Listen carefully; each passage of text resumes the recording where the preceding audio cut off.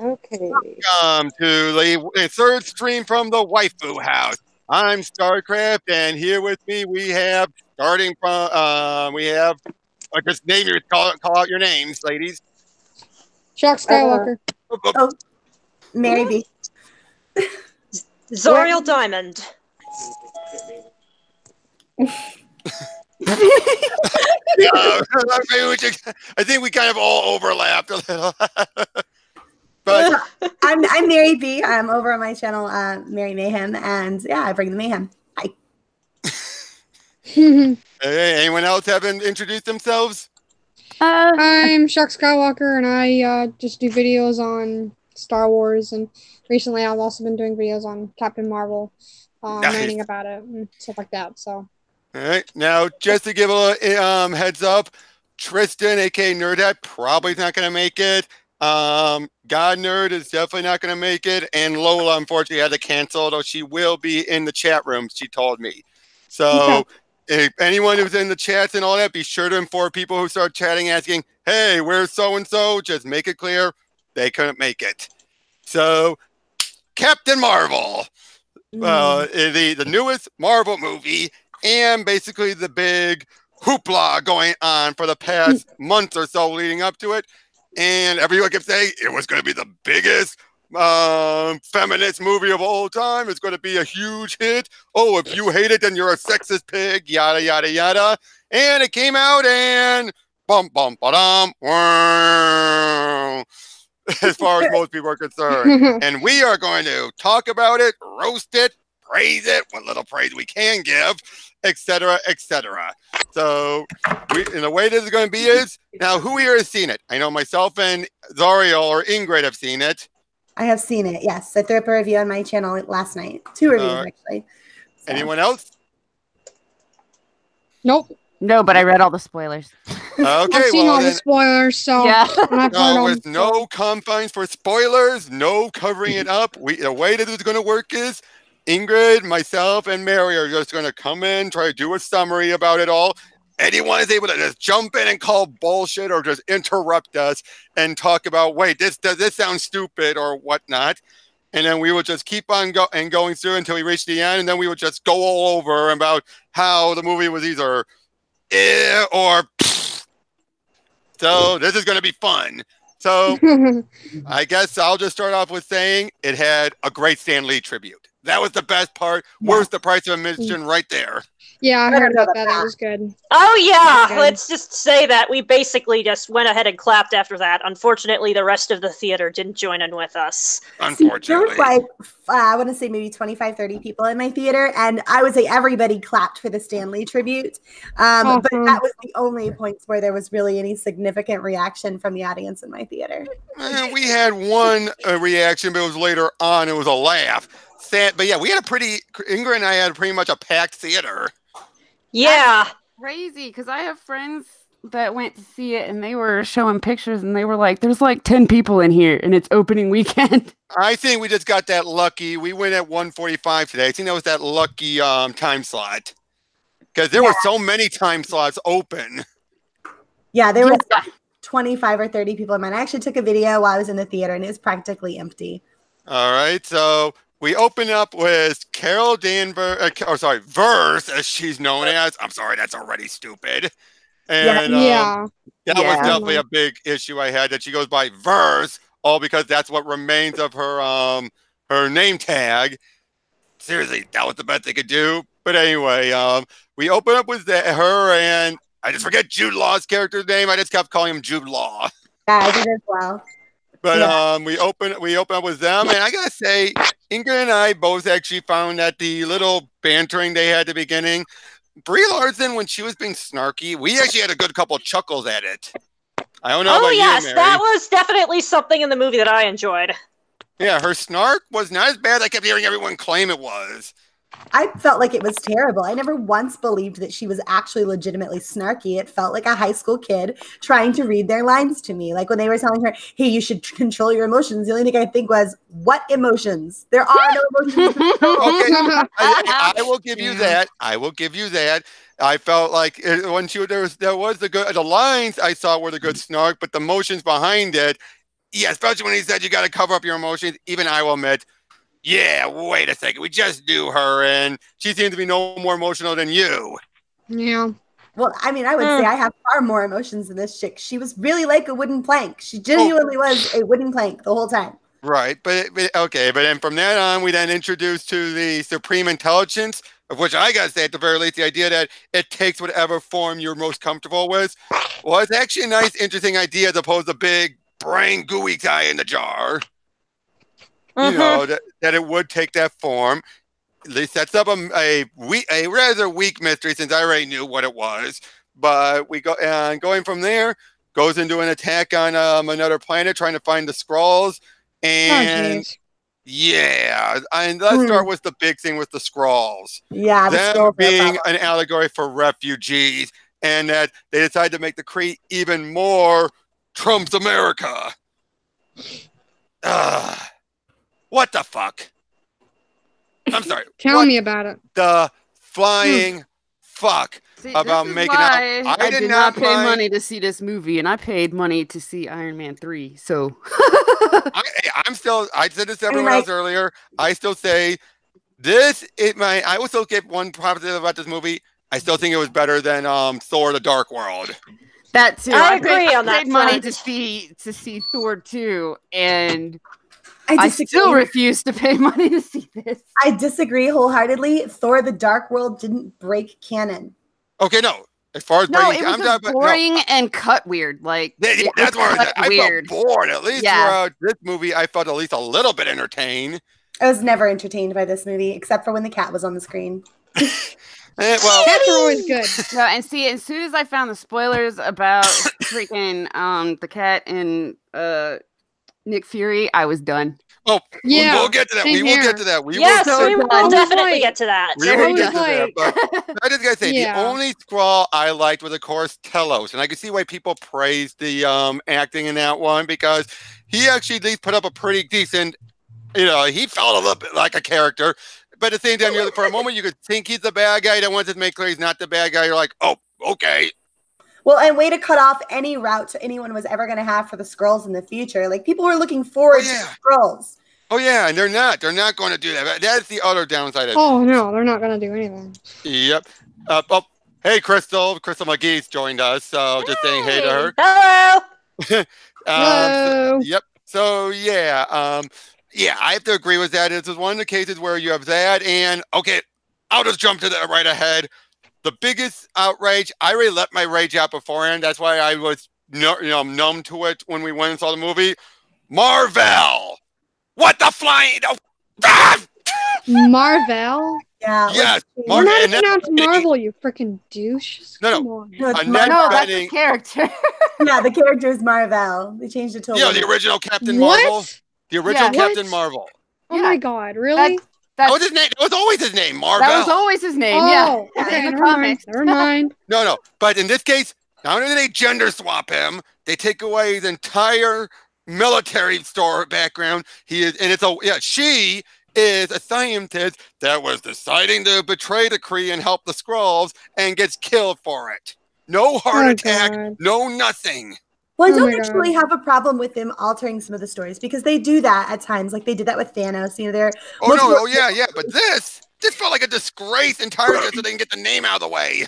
I will say that it was something of a disgrace to kind of remove Marvel's actual legitimacy in this entire scenario. But if they're trying to make Carol Danvers like the Captain Marvel, for me, it's sort of it could go either way. Like at least they didn't forget the character altogether. True, but there's now no chance of getting probably if they want to have an actual lesbian character, there's no way they're going to have Phi Lavelle exist. Exactly. Yeah, you're not going to have Phi Lavelle exist. Then again, technically, we don't have Moondragon existing since they made that very clear with Drax. Oh my gosh. Yeah, can you believe that we get one of the best couples that people have loved about from Marvel, and yet they're not doing anything about it because, nope, we got to focus on this character. We got to have this backstory for this character. It's like, they're not thinking the long term. They're just thinking very short term. Okay, but anyway, moving on. She ends up, and they try to read her mind, and find the deep repressed thoughts they've had blocked up at her. And she makes her way to Earth, lands in the blockbuster, of which I thought was one of the most egregious cases of it, which was when she shoots the True Lies standee and just takes out Arnold's head and leaves Jamie Lee Curtis's head. Oh man. Yeah. That like 90s retro chic kind of crap these days. And then the effects, the aging effects when we see Sam Jackson and Coulson. Okay, for Sam Jackson, it actually was fine. Coulson, I see what people were complaining about. Wait, what? About Sam Jackson was fine? Because some cases, but compared to Coulson, Jackson had much more consistency than Coulson. Coulson, there were some times where I didn't think that was Coulson. I thought it was some other dude. I never felt like I was watching Nick Fury on the screen at all. Oh, I didn't say that either. I just said a young Sam Jackson. I didn't say anything about Fury. Oh, okay. Yeah, I have to say, now that I look back, I realize, yeah, without the eye, we'll get to that. Don't worry. But yeah, so stupid. The only thing that Ingrid and I both agree on was the bantering between Brie Larson and Sam Jackson probably was one of our highlights. I felt it was actually enjoyable. Is that because of Sam Jackson or because of Brie? More Sam Jackson and Brie actually being able to play off of him. Was she the straight man to him, or was he the straight man?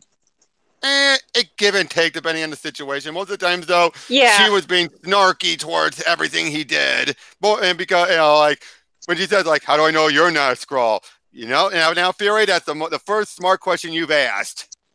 Now, of course, in that case, since she still thinks she's a Kree, that's more understandable. But as time goes on, especially when he contacts, backup, and then she says, you contacted backup. I'm sorry, all right. And then she puts her hand out like, I thought for a moment she was asking for a high five. Give me a 5, and it's like, what? Give me your communicator. You're not trustworthy. I'm like, okay, really. Now, it's made clear that Fury's not the leader. She talks down to him over and over. Oh yeah, I agree with that one. There was plenty of talking down. Why should she be talking him down? I mean, Nick Fury is the leader of S.H.I.E.L.D. No, in the movie he's not. What? She talks down to him like he's like, granted, it's back in like 1995 or whatever. Oh my god, she's not the freaking leader. No. The person in charge is some other guy that when the Skrulls takes over. Okay. Who's that? That's just some guy. That's all we can say. Just some guy. But I will also now. I want to get one thing out of the way. The whole complaints about the sexism in her flashbacks. I think people got to remember something. She went missing in 1989. Guys, dog ear. Hold on a second. Maybe if I mic real quick. Everybody, the patriarchy, duck. But anyway, everyone complaining about the flashbacks. Ingrid and I brought this up in our reviews. The flashbacks they more exaggerated sexism that was there back in the 80s and 90s. But the degree they turned it up made it such laughable. But I'm like, look, I get it. They weren't really having that many women pilots back then. Yada yada yada. So some of that you could accept, but they have to make it look.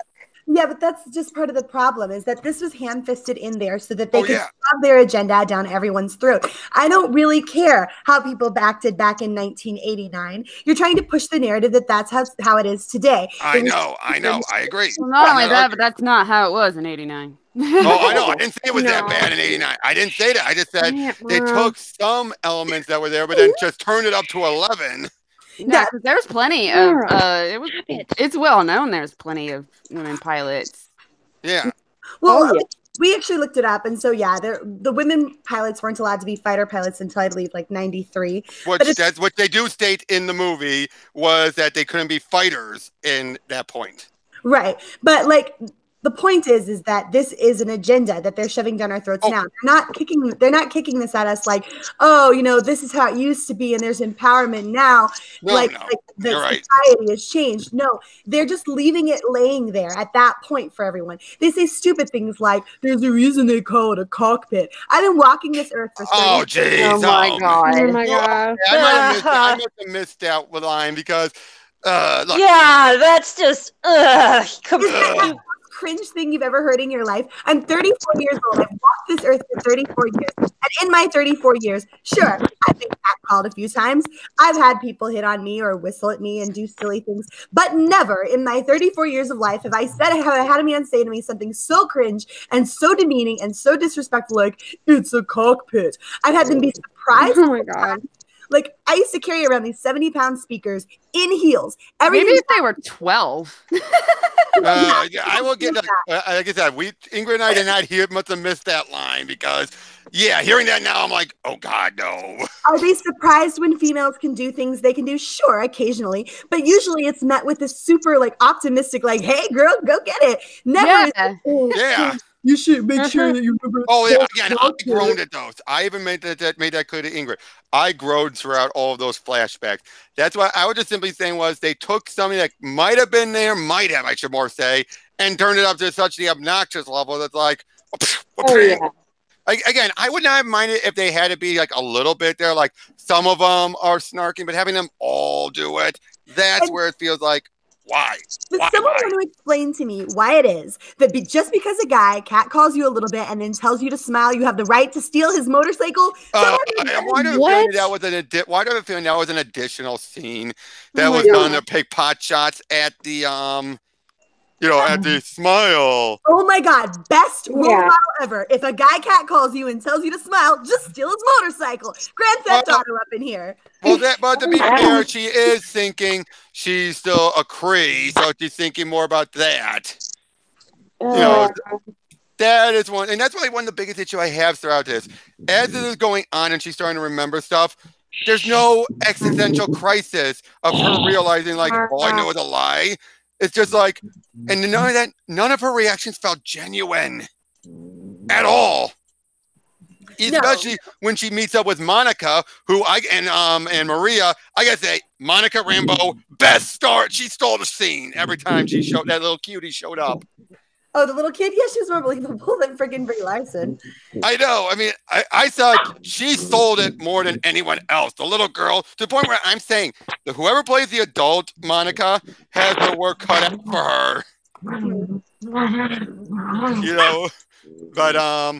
But anyway, as we go throughout, they go to another location and eventually find their way up to Maria. And again, this feels like, I have to agree with some people saying this feels like a Phase 1 Marvel movie. You know what I mean? It's supposed to, technically. With absolutely nothing extra added into it. Exactly. The most bare bones Marvel formulaic origin story we could have possibly have been giving, and that is the least of its crimes. And there's still there was no major big bad. No. Yeah, it's like you'd be doing a decent job with the character development, but then you don't really give us a personality to really clash against at the end. Exactly. Right. I mean, and as we're going on, I say this before we led up to the ending. You know what they should have done? They should have had moments where her enabler, the little the chip or whatever that was keeping her powers held back, kept shorting out. They should have done something like that before we got to the end, where it kept shorting out, so she would have burst the powers and be like, "What the hell was that?" Well, I think they were shooting for that with like the inhibitor chip or whatever that she had, but yeah, that's what I'm talking about. Yeah, she went from being somewhat she was sort of on par with everyone. She had powers, but like it was fine or whatever, to this ridiculously OP. Overpowered. Yeah, ridiculously overpowered, and it was out of nowhere. And exactly, and then she just says, "Like I've been fighting with one arm tied behind my back. You only know that because you just found out about the chip." Yeah. I'll say this: like I said, everything leading up to the climax, I could tolerate. I found it tolerable up to the reveal about the chip. Even when except for Marvel, which pissed me off no end, but by that point I was numb to it. But everything up to the climax, even the stuff with the scrolls, I still found tolerable. But from the moment she found out about the chip and then she dealt with the Supreme Intelligence for the second time towards the end, was forget it. Nope. I'm done. I'm out. I tuned down and just watched. It just felt like You know, it just felt like it's like generic action scene. I'm not invested in. Generic action scene. I'm not invested in. when I'm just playing. I tuned out and just watched. Oh, hello. Echo. That's me. Echo. Sorry, it's my tablet. I turned it down. Yeah, no, like she really was the most basic of all basic bitches. She really was. Like, there was absolutely nothing about her that made her compelling or interesting, and not even her fight scenes were particularly. Oh no, she felt like she went into God mode. Someone put in IDDQD. Yeah, there's nothing fun about that. There's nothing fun about everybody getting their butt handed to them so completely that there's not even. And you had Ronan show up, and then he's like, "We're leaving." And you know the funny thing about all this? Why the heck was he there? Why was he there? Oh, that's to make a connection. I know, it was stupid. I gotta say this: some of the rumor plots, like that Jello was supposed to be a super scroll, and that Ronan was already going to make a deal with Thanos. That sounded like a better movie. It would have still been dumb, but it sounded like it would have been better. Yeah. You know what I mean? It actually would have been, you would have found out, oh, he was trying to control her and make her take it, you know, he would have used her again, you know, for the Kree instead of her, for the Skrull instead of the Kree. Yet Ronan was already making a deal with Thanos, and then that Carol forced a peace between the Kree and the Skrull, and that's why he left. We never got any of that. And I felt like, as dumb as that would have been, we probably would have had a better final conflict than what we got. Then, of course, the big thing, that dumb cat and Nick Fury. I actually didn't mind the cat. I minded how Nick Fury dealt with the cat. Oh, because no, I'm sorry, Nick Fury is not going to run around going, "Oh, you get rid of baby kitty meow." The first time I could accept it, but from that point on. Dude, they cucked him out so bad to that cat. Even after it stole his eye, he was still like, "Oh, you cute." He took it home with him. Well, to be fair, because it ate the Tesseract, he's not going to let that cat out of its sight. No, he liked that thing. You know he liked that cat. He never gave us any reason to believe anything other than completely. I will say, the moment it ate the Tesseract cracked me out. I'm like, oh, what? Someone said this movie just sounds dumb, and I said, yeah, it does sound dumb. All right. That's saying that moment, but the moment that it opened up like this very Cthulhu-like mouth and ate the Tesseract, I was like, whoa. Okay. It did. It like these tentacles shot out. I was genuinely surprised. Like, you kept hearing how dangerous it is, and they're like, it's just a cat. And then, whoa. Oh, look, apparently this thing's a Lovecraftian horror in cat form. That's kind of interesting, and then they just kind of overdid it. Still a bitch-ass way to lose your eye. Oh, no. That was later. In that moment when it ate the Tesseract, it was still pretty awesome. But I gotta say, what pissed me off more than anything is how much this negates entirely that awesome scene in Winter Soldier. Yeah, it makes it a joke. Yep. It takes them off. Really? Last time I trust someone, I lost an eye. Yeah, what he's not telling you is a cat that he lost it to. Oh my god. Like, I don't know if I said this in the review, but I sort of had my own idea for sort of how that scene could have been fixed. And the idea is, you know, maybe the issue with the powers could not just be a thing with the inhibitor, but also kind of be something like, you know, like D&D Wild Magic, where like a bunch of it like went flying off in crazy directions and then ended up hitting Nick Fury in the eye. That's one way that they could have handled it better. Oh yeah, because that would actually been something where last time I trusted someone, meaning Carol, he lost an eye. Yeah, that would have been much better. But yeah, just scratching the eye out. Yeah, the cat scratched his eye out. The badassness of that character entirely. For the entire whole rest of the cinematic universe. Now it's like, you're a lying ass bitch, lost your cat to an eye. Fuck you. Like, you mean your eye to a cat? To a cat. Sorry. Fuck Nick Fury. He's just pretending to be badass. Yep. In T-Bird, just to point out, we already brought that up. I made it clear. I prefer Captain Marvel over Thor: The Dark World. That's other people here disagree. That's sad. Dark World might have been a freaking editing job from hell, but I was still willing to pay for that, and I'm not willing to pay to see. Well, I didn't even see it. That was the only one I didn't see. That was the only one I never saw in theaters. That's how little interest I had in it. Now, granted, I saw it at the discount. I waited for the discount theater, but I still went and saw it in theater. Whereas Captain Marvel can be in discount, and I might watch it once it's free. Well, I have seen almost every single Marvel movie in theaters. The ones I haven't seen are. I've seen all of them in theaters except this one. Yeah, I've seen almost all of them. I think there's about 4 or so that I haven't actually seen, but those are all sequels. With all of them were sequels that I hadn't seen in theaters. So, like this movie, I'm so thankful that I actually bought my ticket for How to Train Your Dragon 3, as opposed to actually giving them my money for this, because I was so infuriated at what they did to Nick Fury in this movie, at what they did with the Tesseract. I was so angry. I was actually muttering to myself as I walked out of the theater. I honestly, this movie sounds like I would have gotten up and went back to the front and asked for my money back. Well, again, the worst part of this is almost the worst stuff. The worst of it all happens in the last act.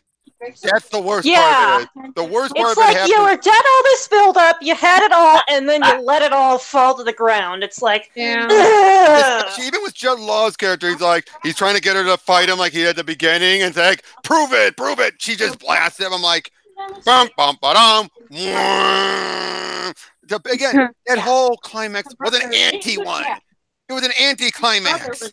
Like a kid. So what? Hello? Hello? But they sent him to hello, who's a person? We can hear you. Someone is talking in the background. I'm on a stream. Oops.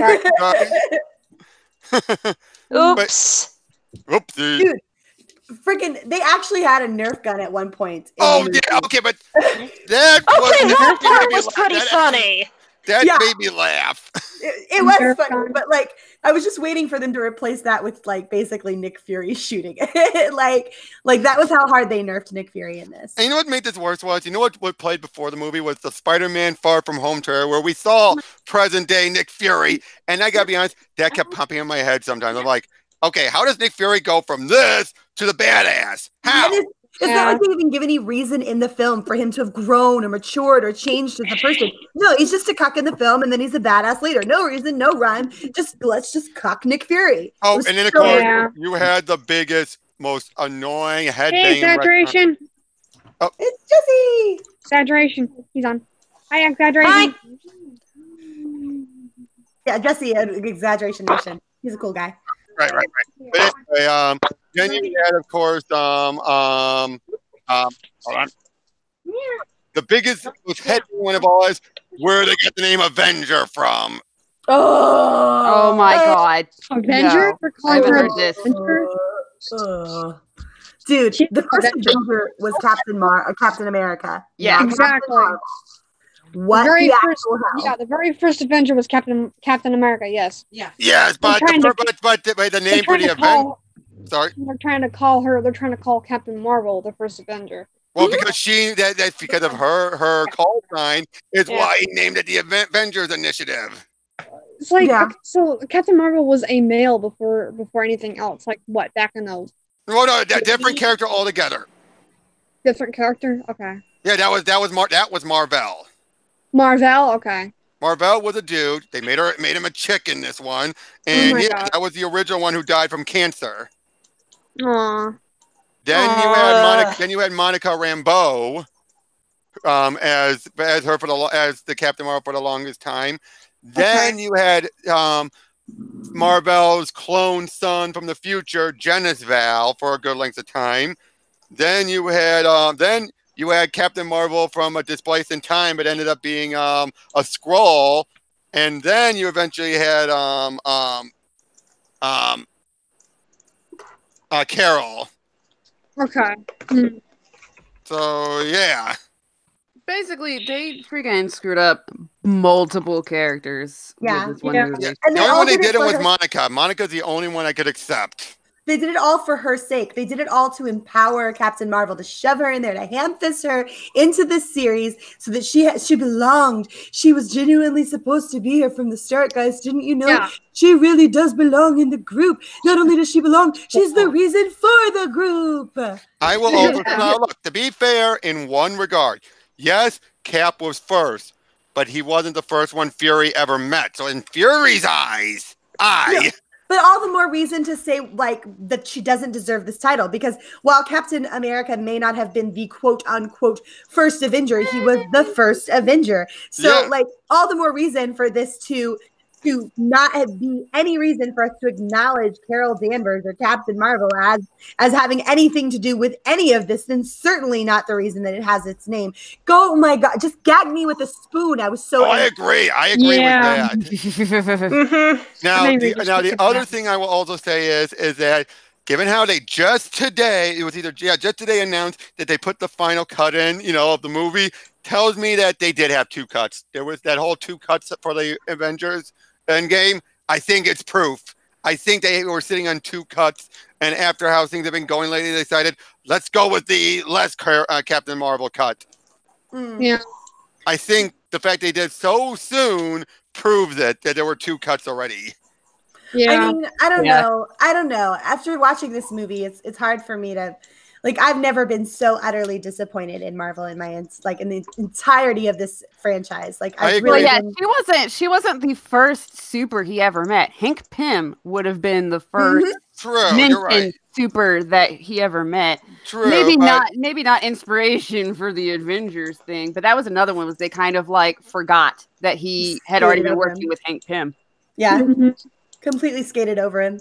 There's lots of things that they'll do for a woman. Like, let's make sure we give her all of the opportunity and all of the chance. She's a woman, and she can't just do it for herself. God forbid she go out and just grab her bootstraps and handle business. No, we got to give her every single opportunity and advantage because she's a woman.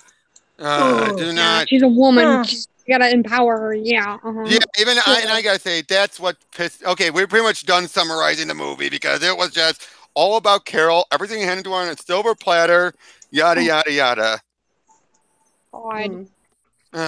So let's just talk about here's the thing, what they could have done to fix this. There's so many ways they could have made this a good movie. I don't know how they could have fixed it. I think the first way they could have fixed this is not make this fucking movie. That's what I was gonna say. And the second thing they could have done if they had to make this movie, not cast Brie. Okay, I think we agree with that. Yeah, she's a complete and utter train wreck. And you actually do see the parts like where her butt double is there. Like there's a couple of shots from behind. It was just for Endgame. That was just for Endgame. Are you sure she really has a butt double and not just padding? Because padding is cheaper. There were a couple of legitimate moments where you're seeing her from behind. And you're like, that's not that same butt, boo.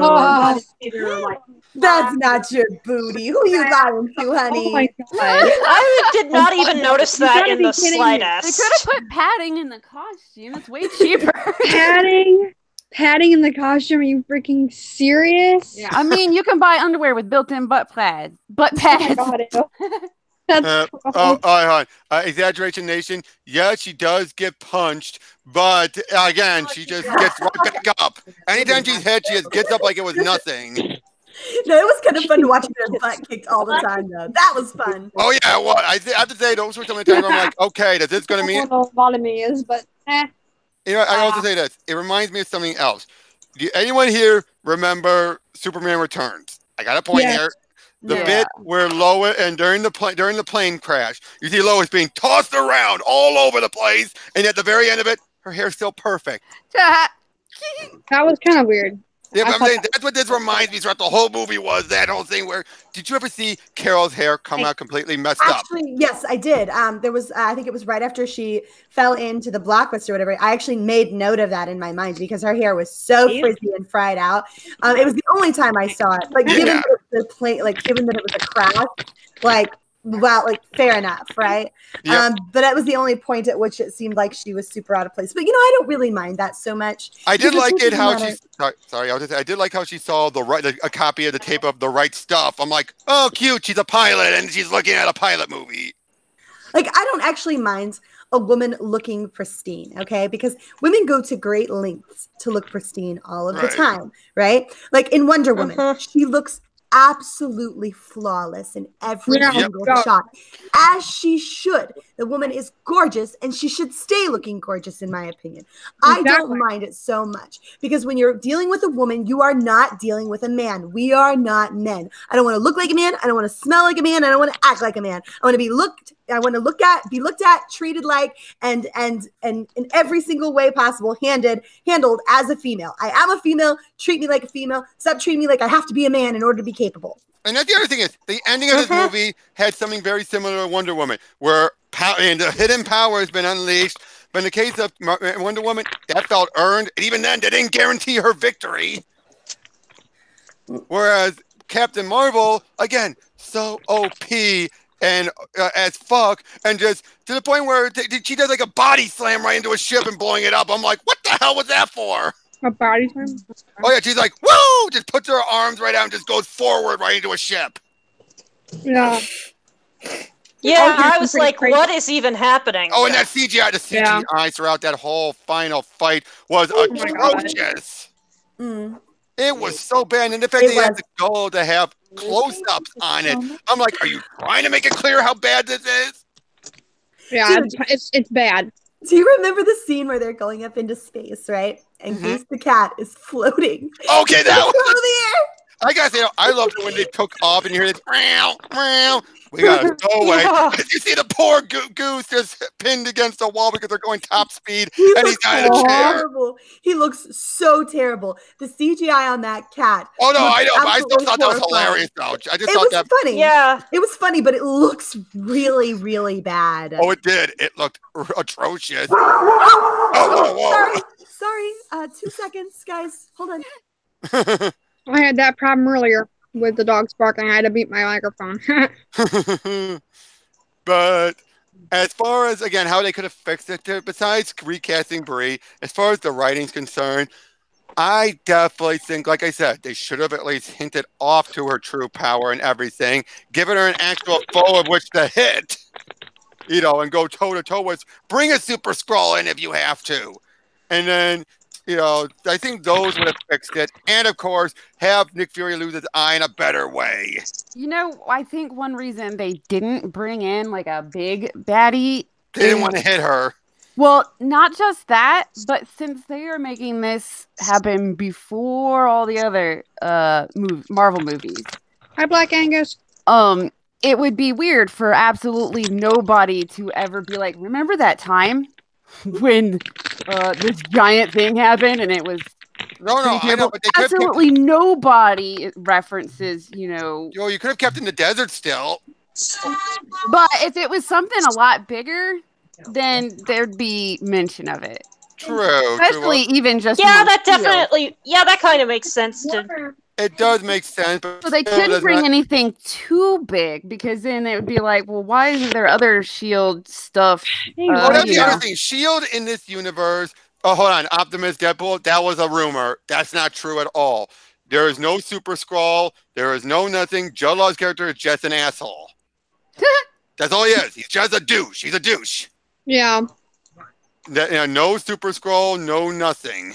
I love cats. I like cats too. I want to adopt one.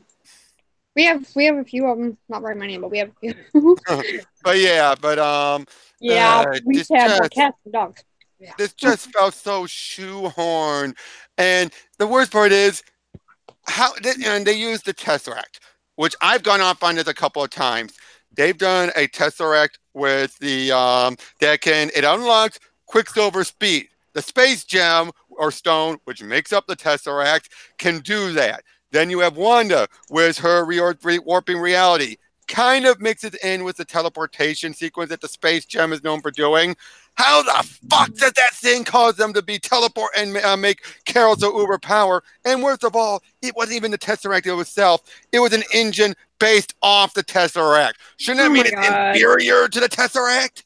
She would have lost her powers permanently. And she wouldn't be able to be so powerful. Yeah, but that's why I hope there's some truth that that Thanos is going to steal that portion of her power from her. Stuck up bitch. I hope that's true because I want Thanos to nerf her. Yeah, I the want only way that I want she's Thanos gonna to kill- be tolerable in Endgame is if Thanos puts his super. She threatens him enough that he goes and puts Thanos his could clothes kill her. back on. Well, that's what the rumored plot points are. But And then once he yeah. goes and puts his clothes back on, Yeah. I don't know. Oh no, that's Fuck what he's her. going. That's Like- that's what the rumor says is going to happen, and he's going to fix up the gauntlets that it was fried, Yeah. and then he takes away at least a large portion of her powers, nerfing her big time. Dude, it'd be awesome if Rogue killed her, because Rogue can actually I was thinking a joke. Everybody wants Rogue to come in and fucking get rid of Captain Marvel. Yeah, Everybody Rogue does. in a heartbeat. But yeah, but I really do hope that even if she is in the next movie, she's not a key part, because this is meant to be like the send off for the original group, not Yeah. Ginny come lately. Just being all like, hey, I'm gonna show you how it's real done. Boom. Okay, save. Yeah, woman power. Yeah, the one thing that ticks me off the most is that if you guys said that she was overpowered, right? Yeah, and she big time. She brings all the other superheroes that are in DC and Marvel together, basically to shame. Because if they say that she's as powerful as she is, then it's like, why make her so freaking powerful? And she's more because they needed her to be such this big Sue so she can take over. Now, I will say this. Yeah. The idea of the character of Captain Marvel, as it established how she's been in the game for as long as she has, on its face, does make her, especially if the rumors are true and Cap bites the big one and Tony retires, would, in theory, make her the most viable candidate to take over. In theory.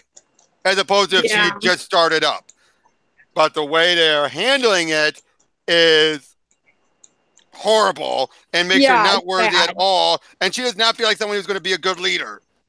Yeah, no, she's not going to be a good leader at all, because she thinks that she's all powerful and crap. Yeah, she'd be basically like, okay, everyone, just step back, all right, and just take care of everything else while I take care of the big bad. No, she never will be. She's not the leader of the Avengers, and they're trying to make her the face of the MCU. That's not going to happen. That's not going to happen. Because they made her so powerful, so...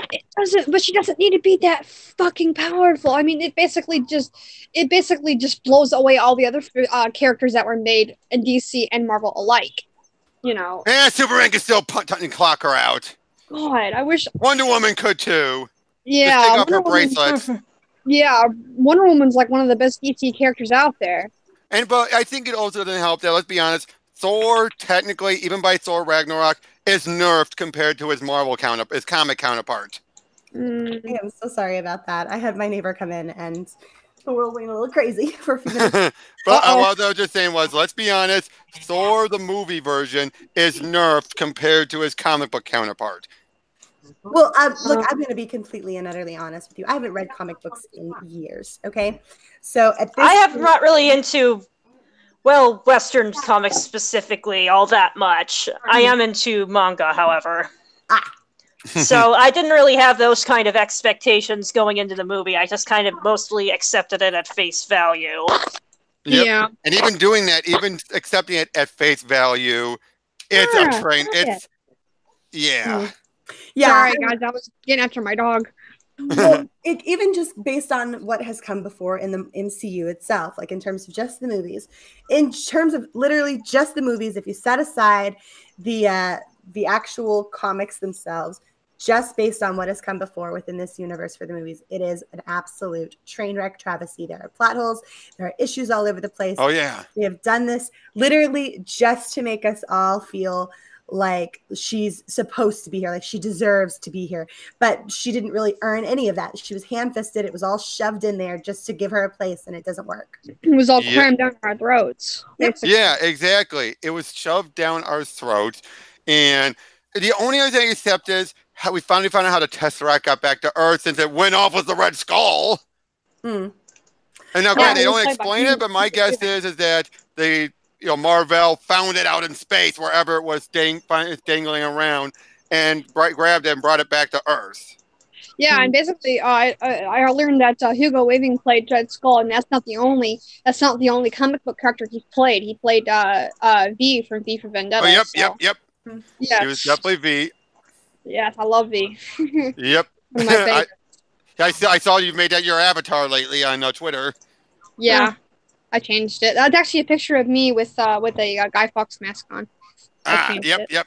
But again, though, like this movie could have been decent. It could have been. Yeah, it could have been decent without all the freaking feminist bull crap on the. Although I will admit this, aside from knowing those stuff in the flashbacks, for the most part, I have to say I'm one of those that felt like it was a bit more overhyped, than people complained about. Yeah, I would definitely have to agree with that too. It was more something that annoyed me rather than get me out of the theater right now. Yeah, I mean, it was there, yes, to a degree, but for them people to say it's a feminist movie, it's not a feminist movie. No, it's what freaking every stupid thing they did around the movie and having to do with the movie that put people off. When you have the actors of the movie insulting potential moviegoers, that's a bad marketing idea. And that was they were doing everything opposite. Not only that Wonder Woman did, but that Black Panther did too. Black Panther did not treat their they didn't say only black people should see it, white people don't see it. No, some people did, but it wasn't the actual people involved in the movie. Exactly, that's what I meant. The people who worked on it weren't saying that stuff. You didn't have any of them. They were basically saying, "Everyone, come see the movie. All right, we want a movie for everyone." Yeah.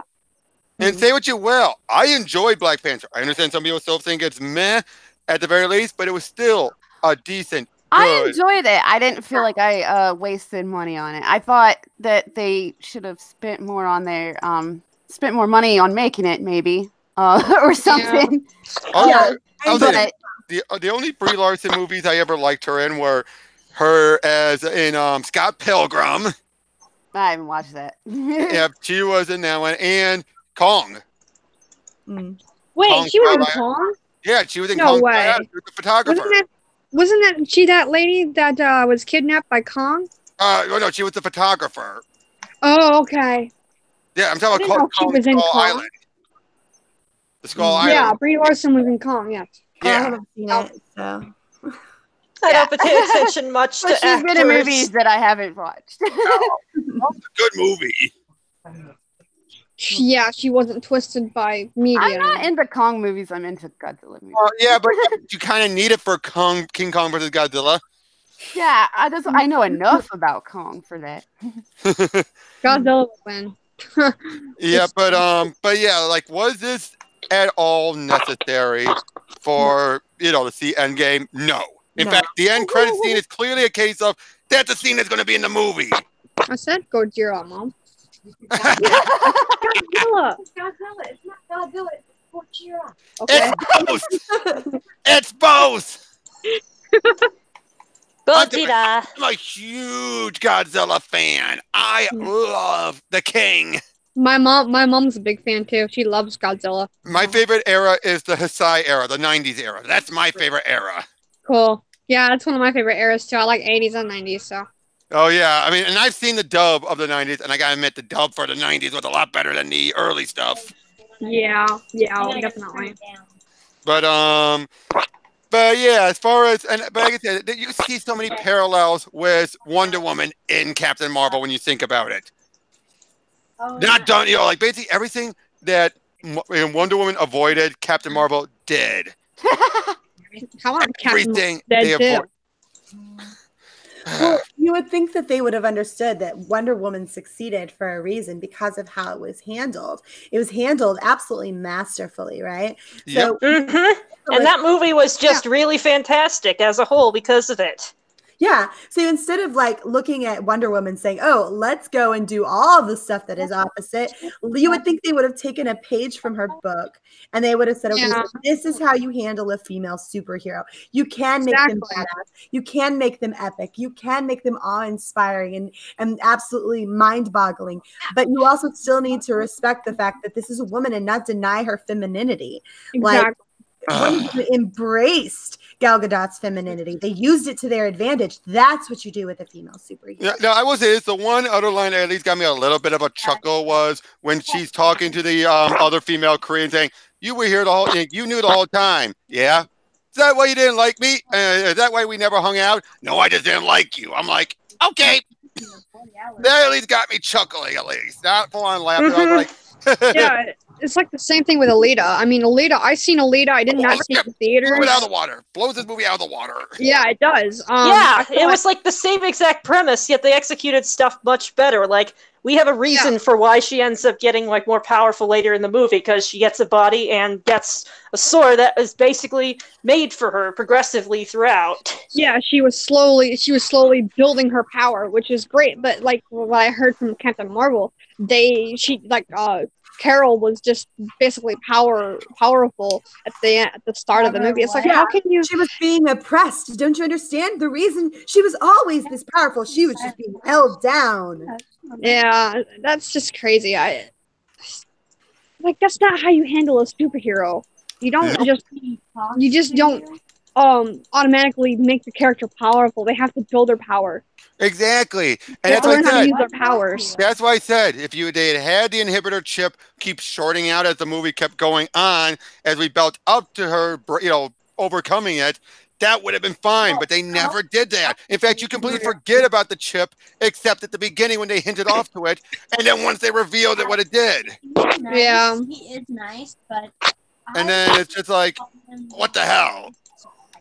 But I will say this, though. It actually surprised me how well the Kree, overall, even with the snark aside, treated Carol compared to her, to the people on Earth. Well, but if you stop and think about what they were actually saying about all of this training and everything that she was doing, the training was actually a method being used to hold her back from her powers. They weren't saying, "Oh, the training will teach you how to actually use your powers and you can grow within them." No, she was legitimately always that powerful, and the minute that the block was taken out of the way, she was able to use it, no holds barred. So and she was sarcastic as all hell, arrogant as all hell. It's a very, very weird message to send to people that, oh, there's only something in your way that's preventing you from being all you can be. There was never an emphasis on her training, making her better. In fact, it was quite the opposite. They were literally oppressing her. They were using something to hold her down. And as soon as they were out of the way, she was perfectly capable. Lethal Lightning, I would definitely say Last Jedi Rey equal to Carol. But Force Awakens Rey, at least she had some struggles at some point. Kind of. I mean, during like, for example, at the very end and all that, but she had more struggles because at least when she got hit, she got hurt. With Rey, at least she got hurt at some points. But Carol, she never got hurt. She got hit, but she kept getting back up like it was nothing. I mean, good fucking Lord. I mean, again, Alita, there's a reason why I know everyone keeps on wanting to prefer Alita, because, and even I saw that last week, it was, the better movie. In all regards. It just feels like, I just want to ask, how did we get here? And I think the only reason why, and I've said this before in a chat session on Weaponized Nerd Rage's Discord, here's the issue. Kevin Feige, the person that everyone kept on hoping for, he's the emperor with no clothes, and this is when we finally realized that. If you kept thinking, oh, he's the mastermind behind everything, no. He kept getting lucky. He kept having great producers or actors who can at least do an adequate job with everything. And this is the first time he picked someone that, he's doubling down on everything, but he's picked someone that clearly gave him a subpar job. Yeah. And they finally realized how he's just been lucky up until this point.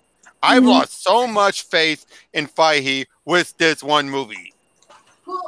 With this one movie, it just proved everything was a farce up until this point. I don't think it was luck. I really do think that Kevin Feige is a smart, capable businessman, because I can't believe that the last 10 years are nothing but luck. I really can't. What I do believe is that Kevin Feige has succumbed to the agenda. And so because he sees an opportunity here in order to kind of step up and get the woke points, and he thinks he's established himself well enough, and Lord knows maybe he has, and he's just sort of taking advantage of the opportunity. And, you know, he's earned it. He really has earned it. Oh, yeah. I kept thinking, I kept on defending Feige. He kept saying, if there's anyone who can make Ms. Marvel or Riri Williams work, it would have been Feige. But this, that blasted it for me. No. What? What's going on? Getting after one of the pups. They're trying to get a hold of something. I'm sorry. We've got too many dogs. But like I said, I kept thinking Feige could handle Riri, but now this proves, nope. If he gets someone who's just as woke, there's no saving Riri. Yeah. There is no saving Riri Williams whatsoever. No. Now, Kamala Khan, as Black Angus brings up, the funny thing about Kamala Khan is, on her face value, when she first started off, was a good character. When she started out. You know, the very first couple issues, there's a reason why she became one of Marvel's new breakouts. It wasn't because she was all woke, it's because people thought she was a nice, good character. Yeah. All right, but as that time went on, that people started getting so infuriated with her. But when she started out, in concept, she's a good character. In concept and initial execution, she's a good character. And I think in the right hands, she can be a good character. Yeah. Just like in theory, Riri could be a good character, even if she was executed horribly. Or Squirrel Girl, great character. Dan Slott, of all people, revealed that when he brought her back from obscurity. Yeah, she was good for a while. Yeah. And then, of course, you had Henderson and all that stuff do what they did to her. Oh, jeez. I'm sorry, Angus. We need Kamala Khan so they could be cheeky and have the Khan scene in the background. They do it too. They would. But again, the fact is, let's be honest, a lot of the stuff that Marvel's come up with as ideas, many of them can work. They just have been executing them so atrociously that you're like, why'd you even bother? But again, this just felt like I have to wonder how much of this was also Feige's making a decision, how much of this was just the market, the progressive woke marketing people convincing them in Disney, we got the future is progressive, the future is woke. We got to keep going it. That represents everyone in the country. It does not. Oh, I know. I mean, everyone, but you have all these marketing people who keep claiming it is, and then reality keeps claiming it. I will say this: as bad as some of the sexist stuff in this movie is, at least the men were not as Ghostbusters level incompetent. That's good. I would say even Fury was not that bad. Okay. As bad as Fury was, he was not Ghostbusters 2016 level bad. That's good. Yep. I heard female Ghostbusters was horrible. Oh, no question. The only time that's ever been salvaged was in the comic book that crossed them over. And that actually salvaged the characters. Pop.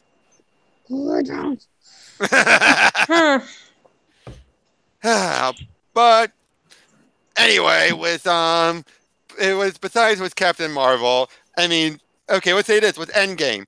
What do you want to see happen in Endgame with Captain Marvel? What do you think they're going to do? All honesty, even with this lukewarm reception. Well, I say if they put Marvel in Endgame, I want her dead. That's no doubt. I want her dead. I want Thanos to kill her off. There's no way that's going to happen. Well, technically, you got a point there because everyone kept thinking that T'Challa was going to survive Infinity War, and he got damaged. Yeah, but we know he's coming back. We know. Oh, he's coming back. Well, I know, but in that moment, in that moment, people, if I remember right, people were devastated by that moment. Yeah, it's just really like... Wait, you just made a big, huge movie, and then you just took them off the board? I think we all knew that they were coming back. Well, I know. I knew that again. Because I'm a big fan.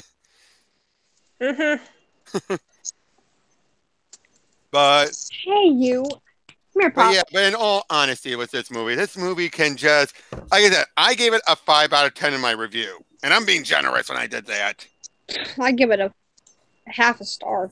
Yeah, but look, the main reason why I gave it 5 is that I at least felt some enjoyment from. Maybe I'm easily entertained, I openly admit, but I felt at least some enjoyment from the start and through up until that last act, and at that point, I just slumped in my chair like, ugh. And I'm sorry. I'm Just a Girl.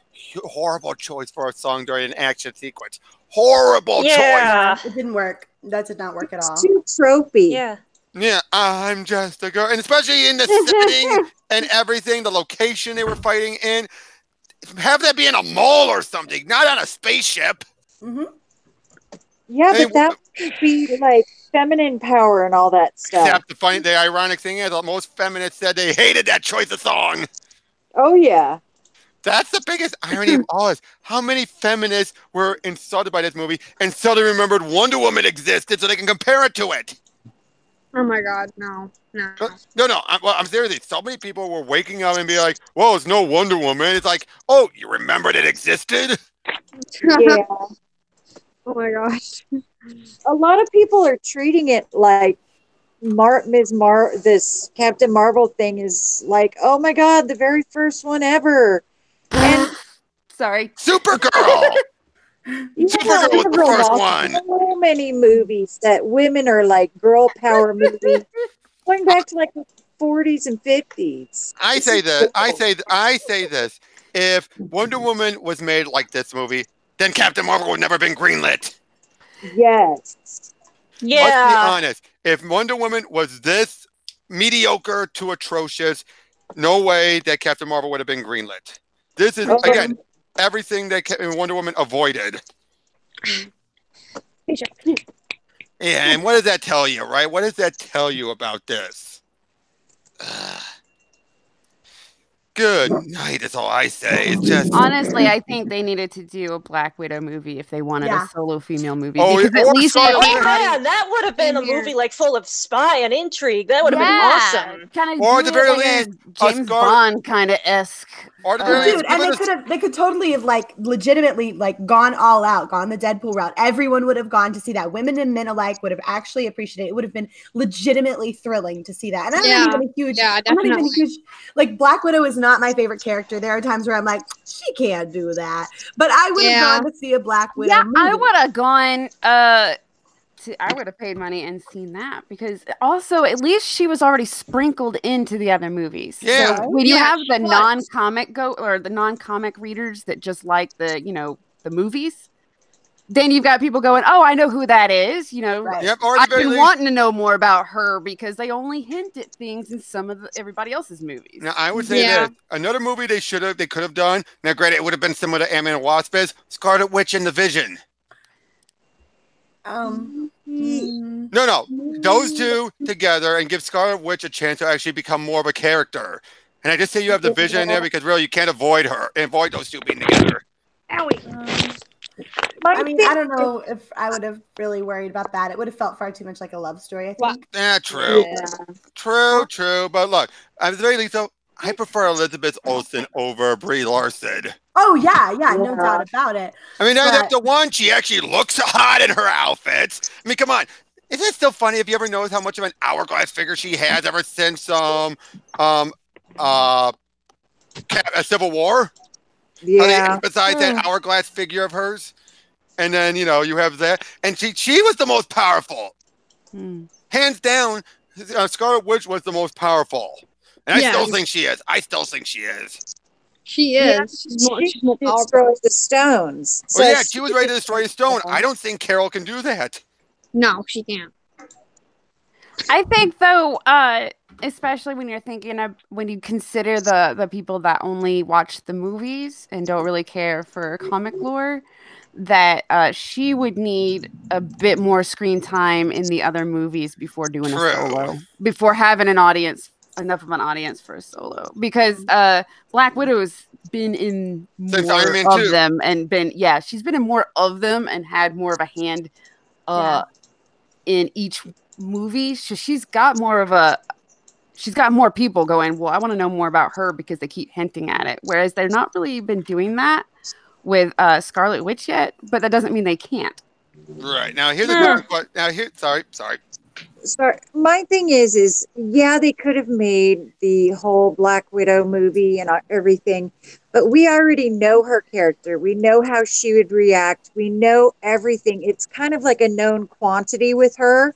Whereas with Scarlet Witch or with Captain Marvel, they could write the movie doing anything they want, and everybody, the movie going public would just say, well, maybe that's how it is. I think that's true too. Everybody knows the Black Widow from the movies, and if they did something like they did with Captain Marvel and made it all about girl power, the people. Oh no, I'm not saying about girl power. I'm saying think... if they wanted their first woman-led movie for the Marvel universe, it should have been Black Widow because it was already set up. I was saying so. I don't think even do as much with her as the girl power kind of thing. They shouldn't do the girl power. They should just make it a spy thriller. Yeah. I would say this. I don't think Scarlett Johansson. I think she's the type of actress who would have stuck to her character and not try to make it something she's not. Yeah, and I also don't think that she would go around and try to insult people. No, I mean, I think I don't want men to watch my movie or review my movie. Right? Exactly. I mean, come on, look at this. The fact that how she was willing to back down for that one movie she was trying to do, that trans movie, whatever. But at the same time, heard the angry audience and was like, "Okay, fine." Like, look, I know. But it's not a problem with a woman power movie, and like from get go, we don't have a problem with girl power. Okay, no one really has. It just needs to make sense. Well, not only not be shoved in there. Right, it needs to make sense, and it needs to not like essentially rip down men in order to empower her. We don't need men to be taken down a notch or two so we can climb up. We can all do it. Why Wonder Woman works so well because you just had a fish out of water kind of situation where she's just used to the Amazonian life. And every time you kept thinking it was going to go the cliche route, they subvert it. Yeah. Every time you kept thinking they're like, it still had the girl power. It still technically had the feminism that the Wonder Woman character always has, but it didn't have it as the only way I can be feminist is if I'm oppressed, or the only way I can be feminist is, if I hate men. I even love it was at a candy house. She's all like, we use our principles, but I'm not known for whipping out a few, fisticuffs. I was like, should have neither arrives. I thought it was like, and even later on, during one of the on the DVD, Blu-ray or whatever, you see a little more with her, and you're like, oh, she actually can take care of herself. To which you make it clear, like and the way she's like, we use our principles. You're like, oh, she's disgusted. She is disgusted when she says that, but she feels like, what are we gonna do? Yeah. And I felt though that's what made it work though, so much about it. And again, how. Yeah. Steve never mansplained to Diana because she was just basically being a naive woman, girl. Yeah. Well, see, it worked because it had, it didn't have to insult, and it still had plenty of the girl power simply because that's how she was raised and that's where she's from. So she's got that clash of, getting used to that's not what it's like where she is right now. Sure. Yeah. So there's something for everybody without shoving any one concept down anybody's throat. I think the other big issue is you had the writers being Alan Heinberg and Jeff Johns who actually know the character, then we're just trying to focus on the character. Yeah. And now you have how many writers on this movie? You had like one moment where she was essentially like sort of actually legitimately shoved out of a situation like this is not the moment for you to be talking, but it wasn't because she was so much female, so much as there's like a meeting going on right now, chick, and you can't just be in here disrupting things. So it wasn't like a feminist propaganda moment. It was like you can't be common courtesy. Yeah. Hey, now Mary, you weren't in here when I said this. I was making this comment saying how I feel the men in Captain Marvel were at least better treated than the ones in Ghostbusters. Oh, yeah. Yeah. Well, I don't know, man. I honestly, only on surface level, only in the most like basic surface level way. Whereas if you recognize who these characters actually are. Coulson is the exception. Like in terms Like in terms of we know Nick Fury, we know he's a badass and he's completely cucked in this film. So we don't have any precedent set for the Ghostbusters movie and for the male in that particular one, because we don't know them prior to this. So we don't know, like, they could very well just be that way. Whereas we know Nick Fury is a hardcore badass where he's not going to let anybody walk all over him like he lets her do to him in this film. Like he lets the cat do to him in this film. And it's so bad because it ruins him for all the films that he's been in as this character now. Because you go back and rewatch those movies and you're like, yeah, you're acting like and I gotta say this, I get it that they're in the 90s and all that, but Shield is so way behind technologically that I'm like, wait, how do we within the next 10, 20 years get from here to there? Oh, jeez. Yeah, it just felt like, wait, what? How did we get there? How did we, honest to God, get technologically that huge? And I know maybe the Fury openly admits. Actually, a lot happens in just 10 years. True. Yeah, I was going to say a lot. Man, a lot of the major technology that we use now didn't even exist 5 years ago. Yeah. I will also say this, though. Fury openly admits, we kept playing for everything except from coming up there. I'm like, really? Really? After all the other stuff you've been hearing about, like the Tesseract, you've had to have heard about the Tesseract from Cap's time. You didn't think there was something extraordinary about that? I mean, at least with Thor, I can understand him being caught up by guard by Thor. They even say in Avengers, everything changed when Thor showed up. I get that. Yeah, in their mind, Thor was basically make-believe almost. But Thor was the big wake-up call for Fury. I get that. And okay, I can kind of accept that the Skrulls were the big wake-up call here. Oh, you know what? One other moment I really did not like was when Fury decides to look under the hood on that Skrull they had an autopsy just to see how big his junk was. Yeah, that was weird. What? I mean, it's like, what was they even doing with that? I think they were trying. I was just like, here's the simple reason: they wanted to measure dicks. Yeah, it was a pissing contest essentially. It's like, oh, do these guys have a bigger dick than we do? Yep, they do. Was that really a necessary thing to include? Like, my guess is one of the women writers. I think that was their attempt at humor. Yeah, I mean, that was one of the women writers of the script decided, all men would do that. No, I can't imagine a man actually doing that. No, I mean, not even Fury. Well, especially not Fury. Fury, he'd be confident in his masculinity. He'd be confident in it. Yeah, there's no way that Nick Fury would be that incredibly concerned about things. Like he exudes in every other film he's ever been in. He exudes confidence. He is one of the most confident and I wouldn't say egotistical, but he legitimately knows his value and his worth. Like there's a strut to the man, and they're treating him in this one like he's just some second class beta male, and it's very frustrating. The worst part is he's clearly, as he said, he's been around since the Cold War. He made that very clear. He's been around since the Cold War, and he's been mostly at a desk job. Now, I also say this one other joke I would. 1990 Turtles. What? This is Cowabunga. I was going to say the other thing I did like though was when Carol got out of the Blockbuster and just walked up to that one cop, knocks on the window and everything. I felt like, okay, that is legitimately funny because that feels I was being reminded of some of the scenes back from the first Thor movie when he's just trying to navigate how things work on planet Earth. It's just and again, she thinks she's Kree. She thinks she's a Kree, so yeah. But I just love how then she just is like, "Where's there a form of communication?" All right, points over radio shack. That part was legitimately funny. I actually found that. Sorry. And didn't you mention before how you legitimately liked the way how they handled mind reading in this one, where you kind of had this jumble of memories flashing by, and this guy's writing commentary like, no, that's not it, that's not it. She's realizing, wait, what are they doing? Wait, how am I reliving this? That was actually pretty funny. Not pretty funny, pretty awesome. I don't think that's something you would see in a comic book where they're actually reacting to someone rewinding their memories, and they're like, wait, didn't I just hear that? Didn't they just repeat? Why are they repeating it? It actually kind of felt like a comic book brought on the screen.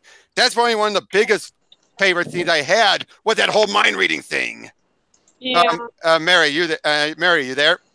I'm here and just listening. Yeah, but do you agree with that one? The mind reading scene? I would say that it was one of the better scenes in the film. I would have said that this movie was like a C or a C plus if you don't acknowledge all of the crazy stuff. Like if you just take it at face value and you're not a super hardcore Marvel fan and you don't keep up with everything, you're going to go in and you're going to be disappointed in the movie, but it's not going to be the worst thing you've ever seen in your life. So there are moments in it that are fine. Goose the Cat is fine. The mind reading scene is fine. It's just that there's, for me personally, there's enough in this to hate that it negates whatever good there is. Oh, and I will not argue that. I would think so much of the negative stuff can also be like, gah! And I'm hearing the dog gurring. Yeah. The dog can't even understand human language, and even he doesn't like it. I will say the part where the cat, where Goose is like, they're holding him as the gun, and they had run out of bullets, and they have him swallow that guy, and then they come up to the second guy. But that was a tip off, though. Also, that was a scrawl. So right. Well, we didn't know that. So the first thing could you pick a side already? Yeah, so that part was pretty funny. The first thing you think is this is just a cat, right? Like just doing what cats do, being fickle and unwilling to go and attack someone. And you're like, typical cat. And then you realize, Telos reveals who he is. Yeah, and so that was pretty funny, and I thought that was somewhat clever and witty. But those moments were so few and far between that it was really. Oh yeah, and again, I agree. Now I've heard some people keep on praising the interaction between Carol and Maria. Some points it was, but other points I felt like Maria definitely felt like the better. The actions for Maria felt like the better actress. Honestly, it was a really long movie and a very dull movie for the most part for me. Really long. It was boring.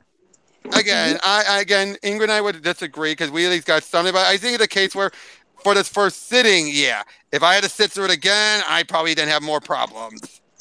Mm-hmm. And I'm not particularly motivated to go see it again. If I wanted to, let's just say that there's a bunch of other movies in the MCU that I would prefer to go watch instead. But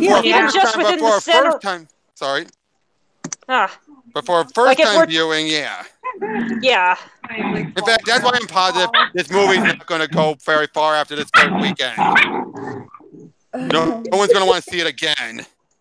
I think it's going to drop off pretty quickly as people start to realize how dull this is. Honestly, if you want to watch a great origin story, just go watch Captain America again. It's great. Or even Doctor Strange. I still think Doctor Strange is I wasn't going to bring up Doctor Strange. I liked Doctor Strange. Yeah, it was really good. Dormammu, I've come to bargain. And that even I liked Ant-Man, and I don't even like Ant-Man. Oh yeah, I like movie Ant-Man. Yeah, I enjoyed Ant-Man as well. There's really not a lot of better character. Wasp was a better character. Huh? She was fine. She it wasn't compared to Carol. Oh, compared to Carol, sure, but she was just sort of passable. She's more entertaining than Carol, yeah. Yeah, but although to be honest, though, it did kind of get the ball rolling when you look at how Wasp was handled in Ant-Man the Wasp. How she was more awesome and everything. Kind of got the ball rolling for this. Yeah. But I didn't mind how they did that because he was already portrayed as a good-for-nothing kind of person, so it worked. Yeah. And it didn't feel like they shoved it in there for girl power. It felt like, no, that's their dynamic right there. She is the better one because she's been preparing for this longer. Right, absolutely. Like, even if I didn't enjoy necessarily, I didn't enjoy Ant-Man and the Wasp, as much as I've enjoyed most of the other Marvel movies.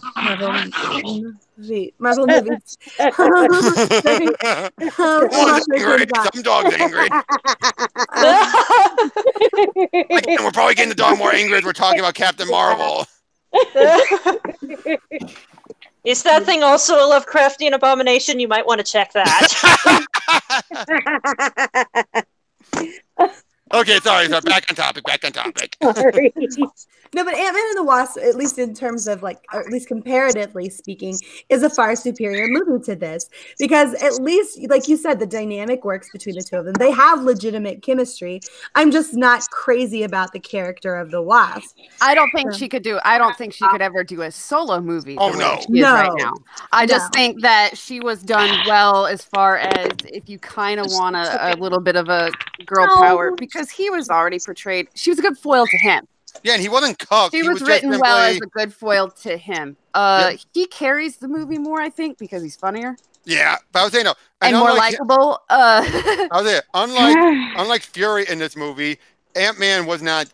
Scott was not cucked. He was just simply out of his depths. Still, yeah. He was just out of his depths. Mm-hmm. And yeah, that's all it was with him in that movie. Again, when you look at it, everything up at this point, they've had strong female characters. In this case, they just had to just shove it all in just to be like, no, see, this is our first strong female character.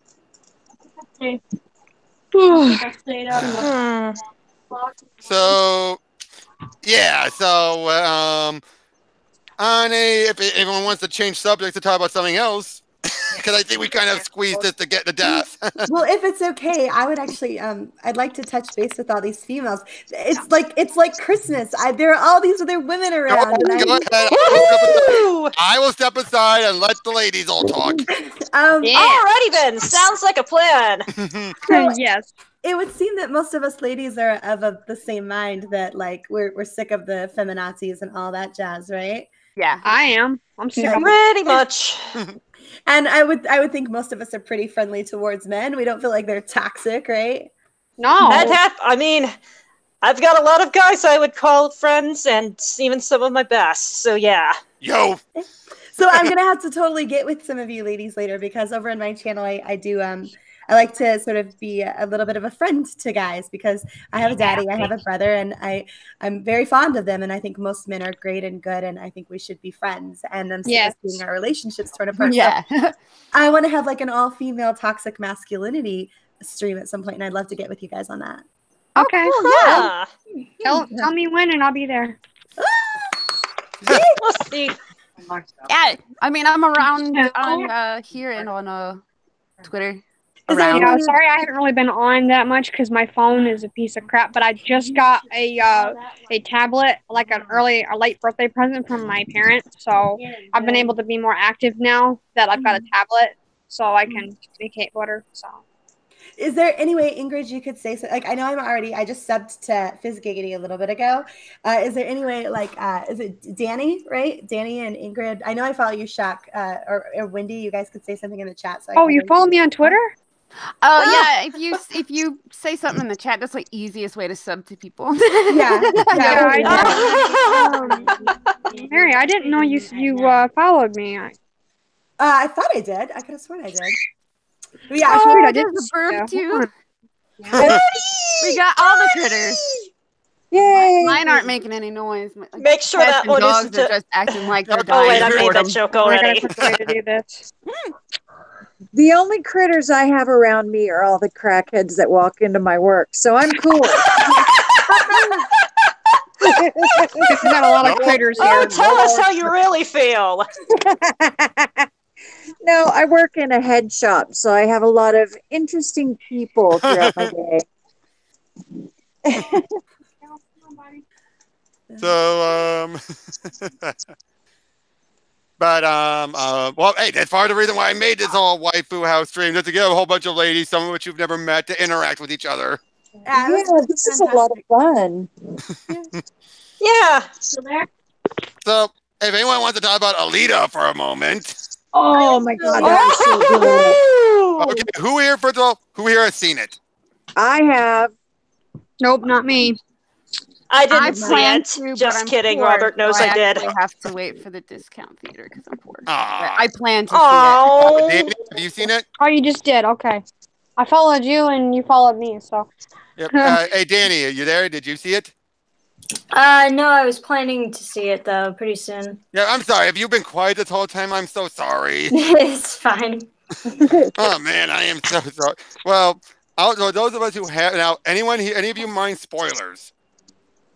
Yes. You do? A Oh. little. Well, Yeah. Okay, well, then without too much spoilers, let's try and talk about Alita a little bit. Alrighty then, I can do that. Yeah, because for what it was definitely one of the strongest female-led movies I think I've seen in a long time. Oh yeah. Yeah, it was really good. And one thing I love about Alita, I love from a lot of ladies. One thing I like about any kind of girl is the sass. When she got sassy, she had some great sass. Oh yes, that was absolutely brilliantly amazing. And there was one point where she was like, kept up that sass even when she was very badly injured, and it was like, oh, you didn't have to murder the guy a second time. Yeah. Yeah, I mean, and A she and lot her. of the- Sorry. Oh, A go ahead. lot of the big part was that it did follow the anime so well, Yeah, and that It was basically anime made real. oh it yeah, was. Oh, that's fantastic. and Yeah. they didn't make her part huge, even though she's kind of a big like cult star. They didn't make a big deal out of her bit parts. Oh yeah. You know what I'm saying? And the fact that none of the CGI was like Well, if it, visually, just visually arresting. You didn't look oh at no. the CGI and go, "Oh God, that's so fake. That looks bad." Well, I would say it did kind of stand out, but in a way because it was supposed to stand out given the world that's set up. Well, no, it fit with it all. It wasn't disjointed. It Oh no, wasn't no. fake looking. It just looked realistic with the sets. Yeah. And even to the point when you have like Alita with her big eyes, well, she's a robot. What do you expect? Yeah, and in the manga, they kept commenting about how big her eyes were. Yeah, so it's intentional. Yeah, Yeah. I actually was complaining about that when I first started seeing shots of it because I hadn't read the manga or whatever. And then it was shown to me where, yeah, that's actually, the point kind of, or it gets pointed out in the manga itself that they're unusually large. Now- so I'm like, oh, okay. So it wasn't them just trying to Now, make it look... sorry. And I would say this. And was Alita a perfect movie? No. I would give it an 8 out of 10. I gave it like an 8 out of 10. It was still good though. The character itself, the female character that was Oh. in Alita, was likable. Oh, no argument. But there was the movie overall. There were some parts I felt a little flat, like the love interest. I'm sorry. No, I see a lot of people saying that they didn't like it because the love interest, he was a bad guy. No. I'm not saying that. It was kind of flat and that it didn't give you a lot of hope. And I'm like, bitch, he dies in the end. Oh my There god. is no Spoiler. Yeah, really. if anybody's seen the anime, No. They haven't seen. Remember, they asked for no spoilers. Oh God. The good news is I stopped paying attention for a second there. Redemption saga. Everybody always wants that bad boy redemption saga in their movies. And the thing I like is that they stuck to the anime and there wasn't that. Fair enough. You know? Wendy, are you Unholy Spork on Twitter? Yup. Okay. Double checking. Well, hey, I mentioned that on the thumbnail. Just double checking. Yeah. But yeah, with Alita, again, so much of a better movie, such a strong character that didn't overpower. And good Lord, I got into this back and forth with this one idiot on Twitter a while ago, where he kept on trying to make his claim like, oh, it's political. It's political. Like, yes, there's a little bit of politics in it, but it's not the driving force. He kept saying, no, it is. If you're not saying that the politics didn't influence the character, then you obviously don't and are ignorant. And I'm like, dude, you're obsessed with politics. There's the point where it's like, okay, calm down, dude. Sometimes a cigar is just a cigar. Exactly. And again, yes, it did drive a lot of things subtly, but it wasn't like, in your face, shove it, eat it. No. The characters drove the movie. and they were influenced by the politics, but they were still the characters first, not a mouthpiece for the politics. But you got to remember, this was written years ago. Oh yeah, decades. Yeah, well, the script politics that influenced it when it was written are still very, very obvious in the movie.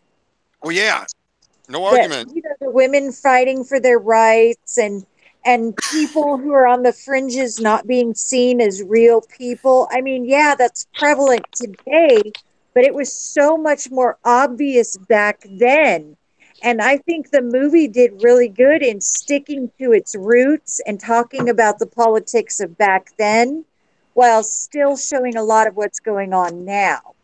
Oh, yeah, definitely. But even then, though, it still didn't just, again, be overbearing. Yeah, it wasn't like shoving everything down your throat. It was part of the storyline and it worked. And the universe, it was about the universe itself, because you have the notion of, there's the one big city up above, and you have everyone down below. Yeah.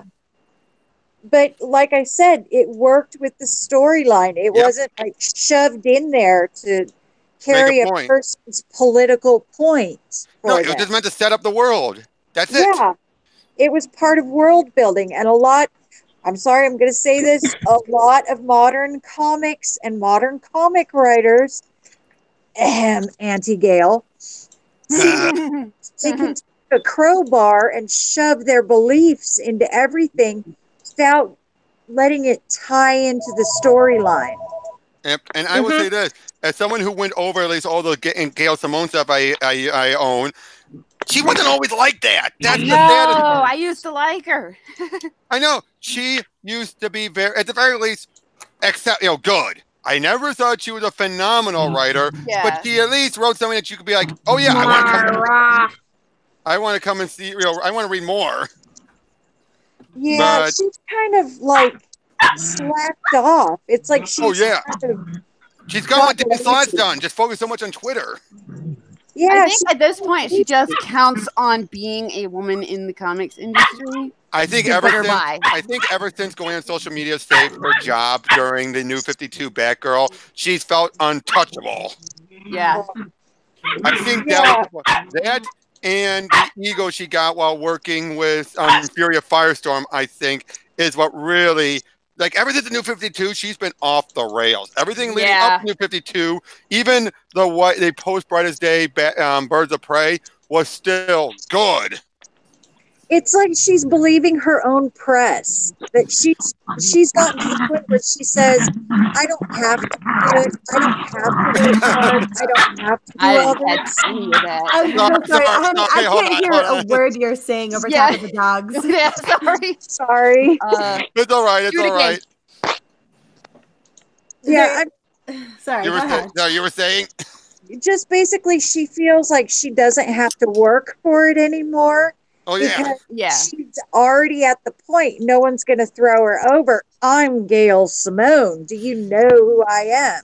Oh, and the one thing that really bothered me is how she goes back and forth between what she feels about how handling Oracle. I've seen some older tweets. Oh, my God, yes. I know, because I've seen some older tweets. That's where we had our biggest falling out. Oh, yeah, I remember you said that. You brought that up last time. And yet I've seen other cases where she said, oh, no, she actually has nothing against Oracle.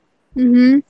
And I'm just wondering, is she saying that? And did she? It's obvious she hated her. But then you have other cases where obviously someone says, I'm in a wheelchair and I looked up to her, where she's obviously like, oh, crap.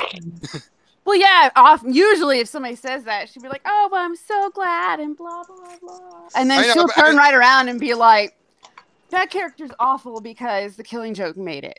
I'm just saying this, that when it comes, ever since, the fact that I still remember how they just threw her a bone and said, okay, Barbara can start to feel feelings in her toes, but that's all you're getting. It was just like, God. But again, when I was just going over all of her old stuff, it just felt like Villains United and Secret Six. I was like, I love that stuff. I was loving Secret Six and everything. You know what I mean? And I just thought that was just so well done. But then you look at her now, even her New 52 Secret Six was not that good. I dropped it after 2 issues. Yep. It just felt like, wait, is it the same thing? I mean, I know you're having a different starting point, but What is this? And then you had her do the movement. And then Plastic Man, I was nice when I was talking about Plastic Man in my video. Really, in all honesty, I thought it was still like Kyle Baker did a better Plastic Man. Did anyone read that run and that run of his? No. Oh, it's No. good. It's crazy. But yeah, and the thing is though, was just so much of all this stuff going on with the girl power and everything. That's why I'm just so glad that DC, for its ills, is still having a strong bastion of strong female characters in the comics. Yeah.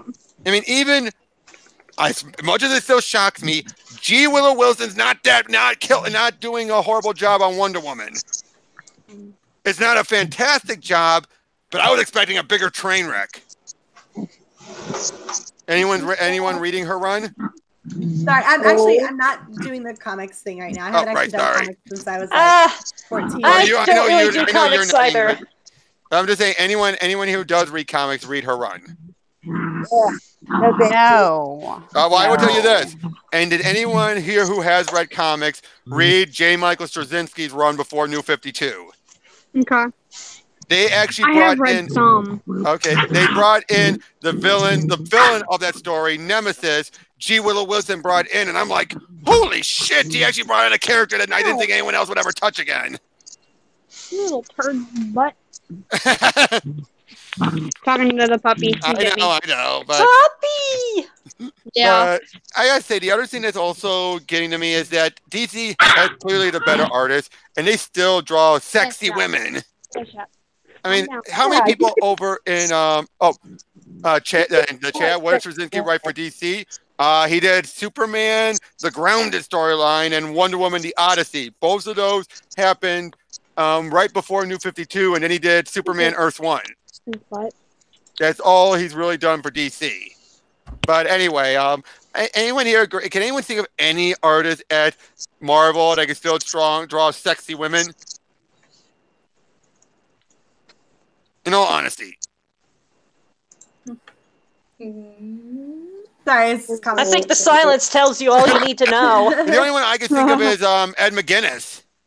Yeah. He's probably one of the few who still draws women sexy. Oh man. When he actually draws them. I mean, we're not counting She-Hulk, but I don't think that's his choice. Sorry, it's just not a conversation I can engage in at all. Mm-hmm. Yeah. Hey, okay, trying to think of another topic now that's not Captain, because we've gone, again, we squeezed out Captain Marvel. Sorry. Well, ladies and gentlemen, I must bid you adieu. I've got to start closing the shop and everything. But thank you for having me on, and I did enjoy the conversation. Yep, no problem. Thanks for coming on. When do we keep on the lookout for a DM from me? Sorry, we're not trying to get rid of you. We're not trying to get rid of you. But yeah, it was great. And I think we're kind of winding down anyway. I mean, anyone else have a topic to bring up? Anyone? No, I think we did pretty good. Yeah. I've talked Sometimes to death you don't on my need to have a opinions. 4-hour stream. Yeah. I've talked to death on my opinions of like the artwork and way women are being drawn, so it's just a boring topic to me. Okay, fair enough. Because I just want to bring this up. You know what? One artist I've been looking through that I still think does great women. Alan Davis. You know about him? Yeah. I mean, I was just looking through JLA the Nail. I was just looking through his book, the JLA the Nail, and I'm just like, man, all these women still look so hot and sexy. It's just, whatever happened to that? They're all in indies right now. The hot chick characters are indies right now. Okay, well, like I said, I think it's just time to start wrapping things up a bit. So I want to thank all of you ladies for joining with me with this. This was a blast. It made everything through Wonder and Captain Marvel worth it, more so. And it was worth it. Stupid headphones. Anyone you? Was it? Did you say was it worth seeing or was it worth talking about? You made it worth seeing just for this night. I mean, I still would never. I wouldn't say anything made this movie worth seeing. Even being here talking with you. Look, I appreciate and enjoy your company, but I don't. Yeah, I'm here talking about it, and I didn't see it. Okay, fair enough. Same here. I didn't see it either. So I don't need to see Captain Marvel to engage with people. She didn't empower me. Fair enough. But I personally felt it was worth it. So anyway, that was saying. Yeah, it's pretty cool. Yep. So yeah, anyone want to mention where anyone else can find you? let's start. Let's go in order with okay, Mary, you go first. I'll just go random. Sure. All right. Well, I am Mary B. I bring the mayhem. I have a YouTube channel. I like to hold my whammon card up and use my privilege to acknowledge the fact that this has all gotten really, really stupid. So, yeah. I'm what you would call a disruptor of the narrative, that not all women fall into this category where we're all about trying to man hate and we get pissed off at men over every stupid little thing. So you find me over my channel. I talk about pop culture. I do streams on Wednesday and Thursday evenings. And then here in a little bit tonight, I'll be having a drunk stream. So nice. So at least I think I will be. We're going to see what happens. I may have to watch my neighbor's kid, but usually I do on the weekends have one drunk. Yep. So. Well, I just want to take quickly. I'm going to be sure to try and see if I can get you on another stream in the future, because you're just by what your appearance on Lethal Lightning with Nerdette and this stream, you are a blast. Oh, despite my appearance on the stream. Well, but despite that, okay. Shake, how are you? Shock, sorry. It's okay. Shake, Shock, sorry. Okay. Well, you guys can reach me on my Twitter. I go by Aaron Handy on Twitter. I also go on Aaron Handy on Facebook. And I go by Shock Skywalker, of course, on YouTube. Yeah, if you guys want links filled, I can link them in my Twitter or whatever, or my YouTube, doesn't matter. My YouTube channel is just about, basically Star Wars, and I have done a few Captain Marvel films, or not films, sorry, Captain Marvel videos discussing, like, articles and other things like that. So, okay. Yep. Yeah. All right. Ingrid. Yeah, my main place of reaching me is at my Twitter at Zoriel Diamond, and I mostly do stuff related to the game RuneScape and other stuff that I happen to be doing, which right now happens to be playing Bloodborne, so you can sort of see my various rambles about that going on. Okay. All right. I have a YouTube channel that I rarely upload stuff to, also Zoriel Diamond, and if you happen to be on Tumblr, if you are, the Lord help you, but I'm Zoriel Diamond-blog on there. All right. Okay, Piper. Hey, I'm Fizz Giggity, or at Fizz Giggity, or whatever, on Twitter, and here it looks like, so I'll just type something in the chat so you spell it. FYZZGIGGIDY. And my channel, I do random stuff right now. It doesn't have much of a direction. So I have doodle streams. Sometimes they're just me drawing. Okay. And sometimes it's gaming, although I think that's been on my Twitch. I'm trying to get it onto my YouTube as well. But I spend a lot of time on the Graded Point 5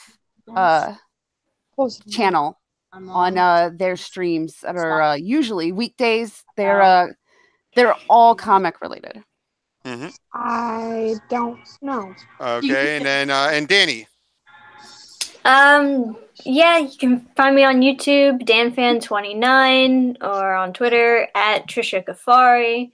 And I basically just upload videos about comic and anime stuff. Typically like reviews or discussions, sometimes talking about art, and sometimes parodies or songs. So all fun stuff. Yep. Well, again, I want to thank you all for coming. I want to thank everyone that's still in the chat right now. And until next time, catch you all later. Catch you later. Bye-bye.